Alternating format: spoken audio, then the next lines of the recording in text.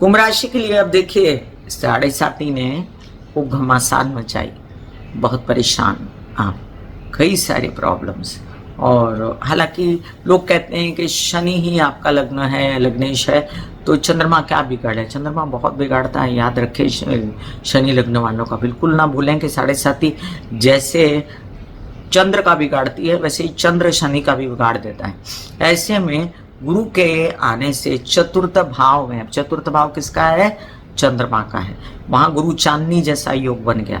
कामकाज पर दृष्टि पड़ी तो अचानक से कामकाज में वृद्धि हुई, माता की तबीयत ठीक हो गई, सुख साधन, रेनोवेशन, वाहन आना, प्रॉपर्टी की योजनाएं बनने लगी। हालांकि वो भले आगे जाके मिले, अभी मिले। अब ये भी ध्यान रखें कि आपके कुछ काम विदेशों से रिलेटेड, खर्चों से रिलेटेड, शुभ मंगल सावधान, किसी का होने वाला है परिवार में, उस पर खर्चे हो गए। किसी के काम आपके प्रेम संबंध से जुड़े हुए हैं तो उनके कामों में वृद्धि, पिता से जुड़े हुए हैं तो उनके कामों में वृद्धि। और कुछ काम आप चाहते हैं ऐसे हो जाएं जो आप को बहुत आराम मिलेगा अगर आपकी तबीयत ठीक हो जाए। अब ये केतु क्या करता है पता है? रसोली, फुंसी, फोड़े और गंदी तरीके के ऑपरेशंस करवा देता है। अब इसमें इंसान डरा हुआ रहता है, परेशान रहता है। लेकिन मैं यहाँ पर कोई ऐसी बात नहीं करूँगी, आपको बिल्कुल मैं डरा नहीं रही हूँ। आपको कह रही हूँ कि अब आपकी मुक्ति हो गई इस बात से। 1 साल तो आप आश्वस्त रहिए, उसके बाद केतु भी चलते बनेंगे आराम से, और आप जो है मुक्त हो गए तकलीफों से। आपकी तबीयत अच्छी हुई, और तबीयत अच्छी होती है तो इंसान बहुत सारे काम कर लेता है। बहुत ज़रूरी है तबीयत अच्छी होना। आप ससुराल पक्ष के साथ मिलकर काम कर सकते हैं, विवाहित जीवन, व्यावसायिक जीवन के पार्टनर के साथ मिलकर काम कर सकते हैं, और बिजनेस को आगे बढ़ा सकते हैं। बिजनेस आपके लिए जो बहुत आवश्यक चीज़ है, जो आपकी साढ़े साथी में आपकी पूरी तरह ठप हो गया था या परेशानी हो रही थी, बहुत मेहनत करनी हुई। कुंभ राशि वालों ने बहुत मेहनत की है, और मैं ये जानती हूँ, मेरे पास कई क्लाइंट्स आते हैं जो ये बात करते हैं। और ये बात आपको मैं बता दूँ कि अच्छा आपके लिए ये स्थानांतरण है गुरु का। चतुर्थ भाव में गुरु जो हैं वो शुभ कहलाते हैं। चतुर्थ केंद्र में गुरु का आना बहुत शुभ कहलाता है। और अब आप कॉन्फिडेंस आपका जागेगा और कामकाज भी बढ़ेंगे, अध्यात्म से रिलेटेड कामकाज बढ़ेंगे, और पिता पक्ष से संपूर्ण सहयोग, और आपकी वाहवाही होगी, आपके ज्ञान की स्तुति होगी। तो चलिए अब हम जानते हैं कि आप लोगों को गुरु के क्या उपाय करने चाहिए। अब गुरु के बड़े ही सिंपल से कुछ उपाय हैं जो चलते फिरते बिना पैसे के कर सकते हैं।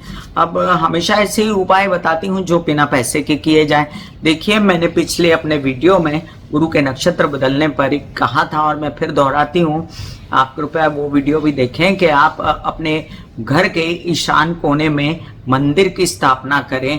आप अगर ऐसा नहीं कर सकते तो कम से कम हफ्ते में 1 दिन या रोज हो सके तो रोज किसी मंदिर को विजिट कर दिया करें।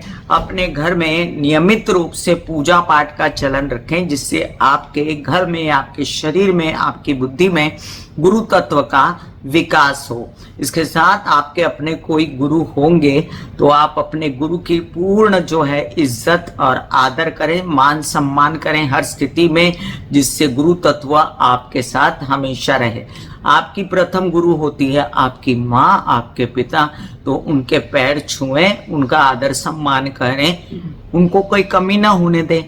तो ये भी गुरु का बहुत बड़ा उपाय है। अब गुरु के लिए हल्दी का सेवन बहुत ही ज्यादा इम्पोर्टेंट माना गया है। लोग हल्दी की गांठ बांध बांध के शादी के लिए अपने पर्स में और अपने हाथों पर लगाते हैं। मैं यहाँ पर हल्दी खाने के लिए बोल रही हूँ। कच्ची हल्दी अगर आपके शहर में मिलती है तो अच्छी बात है, नहीं तो सूखी हुई हल्दी, आप उससे एंटीबायोटिक की तरह भी काम होता है उसका। और थोड़ा आप दूध में मिलाकर, तो दूध क्या है? चंद्रमा है। हल्दी क्या है? गुरु है। गुरु चांदनी योग बन जाता है। और ये छोटी छोटी बातें हैं जो हम नजरअंदाज कर जाते हैं। और गुरु चांदनी योग बना के, अगर आप वीगन नहीं है, अगर आप दूध पी सकते हैं तो अवश्य हल्दी और दूध का सेवन करें। इससे आपका गला भी ठीक रहेगा। और गुरु का आधिपत्य कहाँ कहाँ होता है, मैं कई बार अपने वीडियोस में आपको बता चुकी हूँ।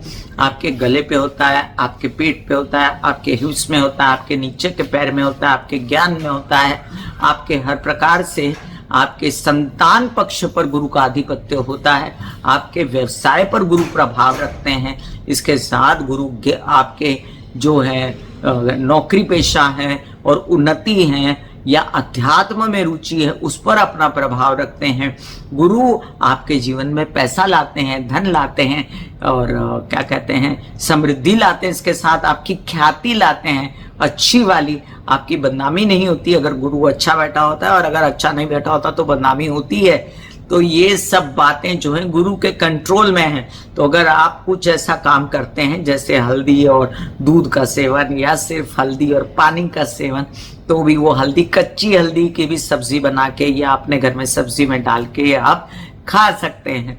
अब दूसरी बात मैं आपको बताऊं कि गुरु जो है वो येलो कलर का प्रतीत होता है आसमान में, तो अपने घर में लाइट पेल येलो के कलर्स करना, अपने कुशन्स, अपनी चादरें या अपने अपर बॉडी में पहनना, इससे भी गुरु तत्व का विकास होता है। अब आप माथे पर कहेंगे, अब मैं कॉमन से उपाय बता रही हूँ जिसका मैं डिस्क्रिप्शन में लिंक डाल भी चुकी हूँ। हल्दी, चंदन और केसर और गंगा जल का तिलक। अब बहुत लोग बोलते हैं हल्दी केसर का तिलक लगा दो, लेकिन गंगा जल डालने से उसमें जो है गुरु चांदनी योग फिर हो जाता है। गंगा जल क्या है? चंद्रमा। गुरु क्या है? आपस में मित्र है चंद्र के साथ। इसी तरह जो गुरु महाराज हैं वो हल्दी की गांठ को पीले वस्त्र में पीले धागों से बांध के अपने पॉकेट में रहने से भी, अब वो सबको नहीं करना है। जो शादी के लिए वर वधू ढूंढ रहे हैं या जिनको रास आते हैं गुरु, जिनके कारक हैं, तो उनके लिए ये उत्तम उपाय है। इसके अलावा गुरु जो हैं वो निवास करते हैं केले के वृक्ष में भी। तो केले का वृक्ष अगर आपके घर में इतनी जगह है तो लगाइए, नहीं तो कहीं मंदिर के प्रांगण में कहीं भी है तो उसको जाकर गुरुवार के दिन जल अवश्य चढ़ाएं। ये वर वधू के लिए बहुत ज़्यादा अच्छा सिद्ध होता है। कई लोग पीपल के वृक्ष को भी गुरु के समान ही मानते हैं, तो कई लोग जाकर दूध भी चढ़ाते हैं। भले ही आपने घर में भगवान का स्नान किया है तो वो दूध जाके आप पीपल के वृक्ष में चढ़ा सकते हैं। बहुत सारे उपाय हैं गुरु के। पीले चने की दाल जो है वो भिगो के आप शिव जी पर चढ़ा सकते हैं। बेसन खा सकते हैं, बेसन और दूध मिक्स करके अपनी बॉडी पे लगा सकते हैं। तो मेरे लिए अभी फिलहाल काफ़ी हो गए आपके लिए उपाय। और जो कॉमन से उपाय हैं जिसका कोई पैसा नहीं लगता, ये गुरु है। विष्णवे नमः का जाप करना या हरे कृष्णा का जाप करना या लक्ष्मी नारायणाय नमः का जाप करना भी गुरु की ही कृपा मानी जाती है।